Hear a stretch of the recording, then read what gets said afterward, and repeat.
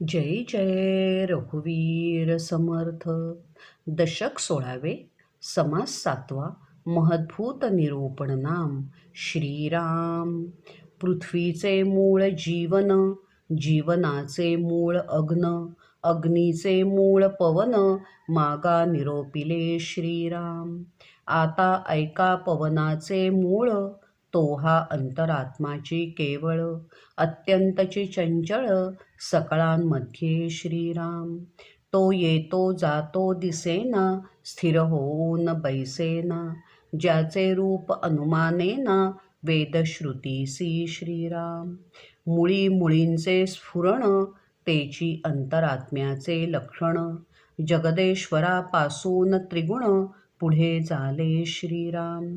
त्रिगुणापासून झाली भूते, पावली पष्टदशे ते, त्या भूतांचे स्वरूप ते, विवेके ओळखावे श्रीराम. त्यामध्ये मुख्य आकाश, चौभूतांमध्ये विशेष, त्याच्या प्रकाशे प्रकाश, सकळ काही श्रीराम. एक विष्णू महद्भूत, ऐसा भूतांचा संकेत, परंतु याची प्रचित, पाहिली पाहिजे श्रीराम. श्रोते हो, मागे जे सांगितले तेच पुन्हा सांगतो. या पृथ्वीचे मूळ पाणी, पाण्याचे मूळ अग्नी आणि ह्या अग्नीचे मूळ वायू आहे. आता या वायूचे मूळ सांगतो, ते लक्षपूर्वक ऐका. सर्व जीवसृष्टीमध्ये नांदणारा चंचळ अंतरात्मा हा वायूचे मूळ आहे.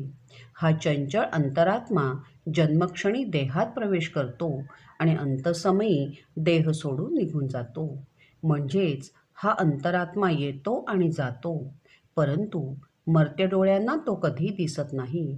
तो अंतरात्मा नेमका कसा आहे, त्याचा थांगपत्ता वेदांना आणि श्रुतिग्रंथांना अजूनपर्यंत लागलेला नाही. खरे सांगायचे म्हणजे परब्रह्माच्या ठिकाणी जे मूळ स्फुरण उत्पन्न झाले तेच अंतरात्म्याचे स्वरूप आहे. त्यालाच जगदीश्वर म्हणतात. त्या जगदीश्वरापासून सत्व, रज आणि तम हे 3 गुण निर्माण झाले. त्या सत्व, रज आणि तमापासून पंचमहाभूते निर्माण झाली. त्यांना स्पष्ट रूप प्राप्त झाले. त्यांचे स्वरूप मात्र विवेकाने ओळखावे. ह्या पंचमहाभूतांमध्ये मुख्य भूत म्हणजे वरले आकाश आहे. उरलेली 4 महाभूते त्या आकाशातच विलीन झालेली आहेत. त्या आकाशातल्या सूर्यप्रकाशात सर्व विश्व उजळून निघते. या सर्व महाभूतांमध्ये आकाशाला महाविष्णू म्हणतात, अंतरात्मा सुद्धा म्हणतात. ही भूतांची खूण श्रोते हो, तुम्हाला संकेतानेच कळणार. त्यासाठी मात्र स्वानुभव हवा, तरच ह्याचा अर्थ कळेल. विस्तारे बोलली भूते, त्या भूतांमध्ये व्यापकते, विवरून पाहता येते प्रत्ययासी श्रीराम. आत्मयाच्या चपळपणापुढे वायोते किती बापुडे, आत्म्याचे चपळपण रोकडे, समजून पाहावे श्रीराम. आत्म्या वेगळे काम चालेना, आत्मा दिसेना ना अडळेना, गुप्त रूपे विचार नाना, पाहोन सोडी श्रीराम. पिंड ब्रह्मांड व्यापून धरिले, नाना शरीरी विलासले, विवेकी जनासी भासले, जगदंतरी श्रीराम. आत्म्याविण देह चालती, हे तोन घडे कल्पांती, अष्टधा प्रकृतीच्या व्यक्ती, रूपासी आल्या श्रीराम. मुळापासून शेवटवरी, सकळ काही आत्माच करी, आत्म्या पहिलीकडे निर्विकारी, परब्रह्म ते श्रीराम. आत्मा शरीरी वर्ततो, इंद्रियग्राम चेष्टवितो, नाना सुखदुःखे भोगितो, देहात्मयोगे श्रीराम.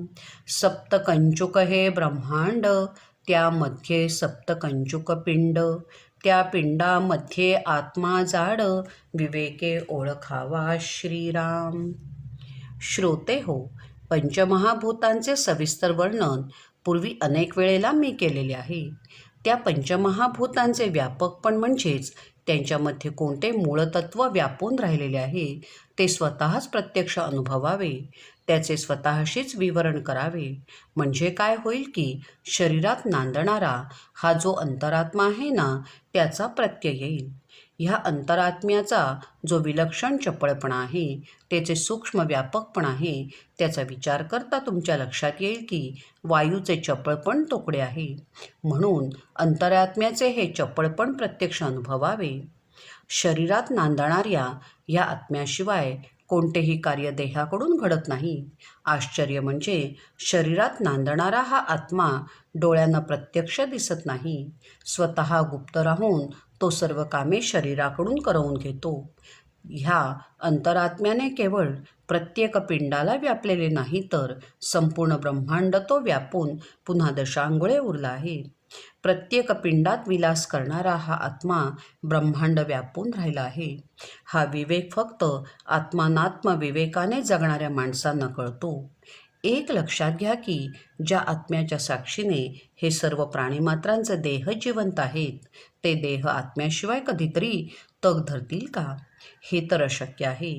ज्या देहात आत्मा नाही तो देह मृत असतो, हे तुम्ही प्रत्यक्ष अनुभवलेले आहे.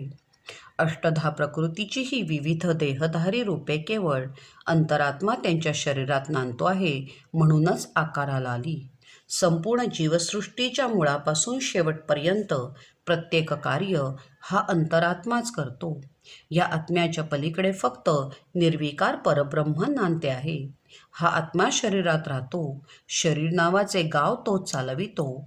देहाच्या संगतीत तो सर्व प्रकारची सुखदुःखे भोगतो. संपूर्ण ब्रह्मांड हे 7 आवरणांनी वेढलेले आहे. तसाच प्रत्येक पिंडदेह हा 7 आवरणांनी वेढलेला आहे. ब्रह्मांड व्यापून असलेला हा अंतरात्मा आणि प्रत्येक पिंडात नांदणारा हा अंतरात्मा केवळ विवेकाने ओळखावा. शब्द ऐकोन समजतो, समजोन प्रत्युत्तर देतो. कठीण मृदू शीतोष्ण जाणतो, त्वचेमध्ये श्रीराम. नेत्री भरोनी पदार्थ पाहणे, नाना पदार्थ परीक्षणे. उंच नीच समजणे, मनामध्ये श्रीराम. क्रूर दृष्टी सौम्य दृष्टी, कपट दृष्टी कृपा दृष्टी. नाना प्रकारींच्या दृष्टी, भेद जाणे श्रीराम. जिव्हेमध्ये नाना स्वाद, निवडू जाणे भेदाभेद. जे जे जाणे ते ते विशद, करूनी बोले श्रीराम. उत्तम अन्नाचे परिमळ, नाना सुगंध परिमळ. नाना फळाचे परिमळ, घ्राण इंद्रिये जाणे श्रीराम. जिव्हेने स्वाद घेणे बोलणे, प्राणी इंद्रिये घेणे देणे. पायी इंद्रिये येणे जाणे, सर्व काळ श्रीराम. शिस्न इंद्रिये सुरत भोग, गुद इंद्रिये मळोत्सर्ग. मने करूनी सकळ सांग, कल्पून पाहे श्रीराम. ऐसे व्यापार परोपरी, त्रिभुवनी एकलाची करी. त्याची वर्णावया थोरी, दुसरा नाही श्रीराम. त्याविण दुसरा कैंचा, जे महिमा सांगावा तयाचा. व्याप आटोप आत्मयाचा, न भूतो न भविष्यती श्रीराम. 14 विद्या 64 कळा, धूर्तपणाच्या नाना कळा. वेदशास्त्र पुराण जिव्हाळा, तेणे विण कैंचा श्रीराम. येह लोकींचा आचार, परलोकी सारासार विचार. उभय लोकींचा निर्धार, आत्माच करी श्रीराम. आपल्या प्रत्येकाच्या शरीरात वावरत असलेला हा अंतरात्मा कानांनी शब्द ऐकतो आणि त्याचा नेमका अर्थ त्याला लगेच समजतो. म्हणून तर तो लगेच उत्तर देतो. त्वचेने हा अंतरात्मा सर्व प्रकारचे मृदुतम, कठीण, थंडगार, उष्ण हे स्पर्श चटकन जाणतो. डोळ्यांनी दृश्याचा प्रत्यक्ष अनुभव घेतो, कारण प्रत्येक दृश्य तो डोळे भरून पाहतो. अनेक पाहिलेल्या वस्तूंची परीक्षा करतो, म्हणजे जाणून घेण्याचा प्रयत्न करतो. त्यातले श्रेष्ठ काय आणि कनिष्ठ काय हे मनाने समजून घेतो. क्रौर्य, सौम्यता, कृपा, कपट असे नाना प्रकारचे विकारातून प्रगट होणारे दृष्टीतले बदल हा अंतरात्मा जाणतो. जिभेने तो नाना प्रकारचे स्वाद आणि चव अनुभवतो, त्यातले भेद जाणतो आणि जे काही चवीसंबंधी जाणवले ते सर्व तो अंतरात्मा स्पष्ट करून सांगतो. उत्तम पक्वान्नांचे सुगंध, फळाफुलांचे सुगंध नाकाने तोच अनुभवतो. जिव्हेच्या योगाने अन्नाची रुची तर तो घेतोच, परंतु जिव्हेच्या साहाय्याने तो बोलतो. हाताने देणे अथवा घेणे, पायाने ये जा करणे, जननेंद्रियांनी कामसुख भोगणे, गुदद्वारातून मल बाहेर फेकणे, हे सारे तो अंतरात्माच प्रत्यक्ष अनुभवत असतो. ह्या त्रिभुवनामधले नाना प्रकार एकटा अंतरात्माच करतो, हे जरा तुम्ही श्रोते हो जाणून घेण्याचा प्रयत्न करा. ज्याचा महिमा आपल्याला सर्वांगाने गाता येईल असा एका अंतरात्म्याशिवाय या ब्रह्मांडात दुसरा कोणीही नाही. अंतरात्म्याचा व्याप त्रैलोक्यव्यापी आहे. त्याने संपूर्ण ब्रह्मांड व्यापलेले आहे. अशी विलक्षण ताकद असलेला अंतरात्मा पूर्वी म्हणजे ब्रह्मांडाच्या निर्मितीपूर्वी आणि पुढेही कधी होणार नाही. 14 विद्या, 64 कला, चतुरपणाच्या नाना कळा, वेद, शास्त्रे आणि पुराणांमधल्या रहस्य गुफा एका अंतरात्म्याव्यतिरिक्त कुणालाच कळणार नाहीत. तो देहात वावरतो म्हणून आपल्याला हे सारे कळते इतकेच. या विश्वातले सर्व आचार, विचार, परलोकाचा सारासार विचार, प्रपंच आणि परमार्थाचा ज्ञानविचार केवळ अंतरात्माच करून घेतो. इहलोकी आणि परलोकाचा सेतू तोच आहे, हे लक्षात घ्या. श्रीराम. नाना मते नाना भेद, नाना संवाद विवाद, नाना निश्चय भेदाभेद, आत्माच करी श्रीराम. मुख्य तत्व विस्तारले, तेणे तयास रूप आणिले, येणे करिता सार्थक झाले, सकळ काही श्रीराम. लिहिणे वाचणे पाठांतर करणे, पुसणे सांगणे अर्थ करणे, गाणे वाजवणे नाचणे, आत्म्याच करिता श्रीराम. नाना सुखे आनंद तो, नाना दुःखे कष्टी होतो, देह धरितो आणि सोडितो, नाना प्रकारे श्रीराम. एकलाची नाना देह धरी, एकलाची नटे परोपरी, नटनाट्य कळा कुसरी, त्यावीण नाही श्रीराम. एकलाची जाला बहुरूपी, बहुरूपी बहुसाक्षपी, बहुरूपे बहुप्रतापी आणि लंडी श्रीराम. नाना प्रकारची मते तो मांडतो. नाना प्रकारचे मतभेद तावातावाने तो अंतरात्मा प्रगट करतो. नाना प्रकारचे संवाद तो करतो. नाना प्रकारचे वादविवाद तो हिरिरीने खेळतो. नाना प्रकारचे निश्चय तो करतो आणि भेदाभेद उघडपणे मांडतो. ह्यात मुख्य तत्वविचार काय आहे तर अंतरात्म्याचा विस्तार होतो. देहाच्या निमित्ताने त्याला रूप प्राप्त होते. त्यामुळे त्या देहापुरते त्या आत्म्याचे सार्थक झालेले असते. हाच अंतरात्मा हाताने लिहितो, डोळ्याने वाचतो, मनाने पाठांतर करतो, तो तोंडाने शंकाकुशंका विचारतो, विचारलेले सांगतो, अर्थ लावतो, गाणे गातो, हाताने वाद्य वाजवतो, पायाने नृत्य करतो. हे सारे केवळ शरीरात नांदणाऱ्या आत्म्यामुळे घडते. मनासारखे घडले की आनंदित होतो, सुखाने जणू न्हावू लागतो. मनाविरुद्ध घडले, काही क्लेश घडले की दुःखाने विव्हळू लागतो, कष्टी होतो. जन्मक्षणाला देह धारण करणारा हा अंतरात्मा देह सोडून जातो, त्या क्षणी देह पडतो. हा एकच ब्रह्मांडव्यापी अंतरात्मा अनेक देह धारण करतो, नटतो, शृंगार करतो. एकत्वाने असून सुद्धा अनेकत्वाने तो सर्व प्रकारची सुखदुःखे भोगतो. नटनट्यांचे जे कौशल्य रंगभूमीवर प्रगट होते ते सुद्धा ह्या अंतरात्म्यामुळेच, एवढे लक्षात घ्या. हा अंतरात्मा एकटा असून बहुरूपाने प्रगट होतो. बहुरूपी असून सुद्धा साक्षेपाने जगतो, साक्षी भावनेने जगतो. बहुप्रतापी असणारा हा अंतरात्मा खूप वेळेला विलक्षण घाबरतो. अनेक रूपात तो भेकडपणा करतो. अशा या अंतरात्म्याची विविध बहुरूपे आपण प्रत्ययी अनुभवतो. ब्रह्मांडामध्ये व्यापून असणाऱ्या या अंतरात्म्याची विविध रूपे या विश्वात वावरताना दिसतात. पिंडापिंडात हा परमात्मा नांदतो आहे याची जाणीव अंतरात्माच करून देतो, हे महत्त्वाचे. एकलाची विस्तारला कैसा, पाहे बहुविध तमासा. दंपत्ये वीण कैसा, विस्तारला श्रीराम. स्त्रियांस पाहिजे पुरुष, पुरुषासी पाहिजे स्त्रीवेश. ऐसा आवडीचा संतोष, परस्परे श्रीराम. स्थूळाचे मूळ ते लिंग, लिंगामध्ये हे प्रसंग. येणे प्रकारे जग, प्रत्यक्ष चाले श्रीराम. पुरुषांचा जीव स्त्रियांची जीवी, ऐसी होते उठा ठेवी. परिया सूक्ष्माची गोवी, समजली पाहिजे श्रीराम. स्थूळाकरिता वाटे भेद, सूक्ष्मी अवघेंची अभेद. ऐसे बोलणे निरुद्ध, प्रत्ययास आले श्रीराम. बायकोने बायकोस भोगिले, ऐसे नाही की घडले.